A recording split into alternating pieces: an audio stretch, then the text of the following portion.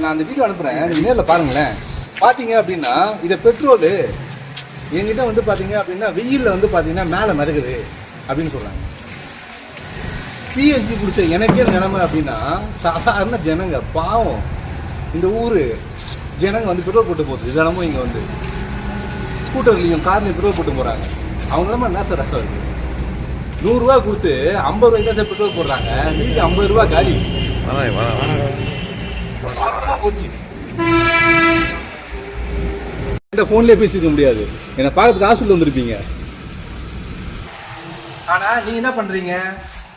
உங்க திமிர காமிக்கிறதுக்காக அவர்கிட்ட போன் பண்ணி விடுவீங்க. அவர் என்ன யாருன்னு தெரியாம பேசாரு அவரு. அவர்கிட்ட கொஞ்சம் சொல்லி வைங்க.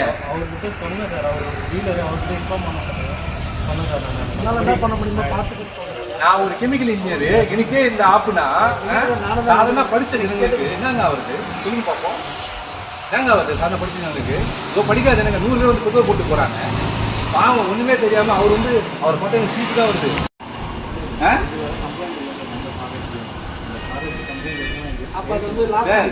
நான் இப்போ சொல்றேன், உங்க ப்ராடக்ட்ல கம்ப்ளைண்டே வராது. ஏன் தெரியுங்களா?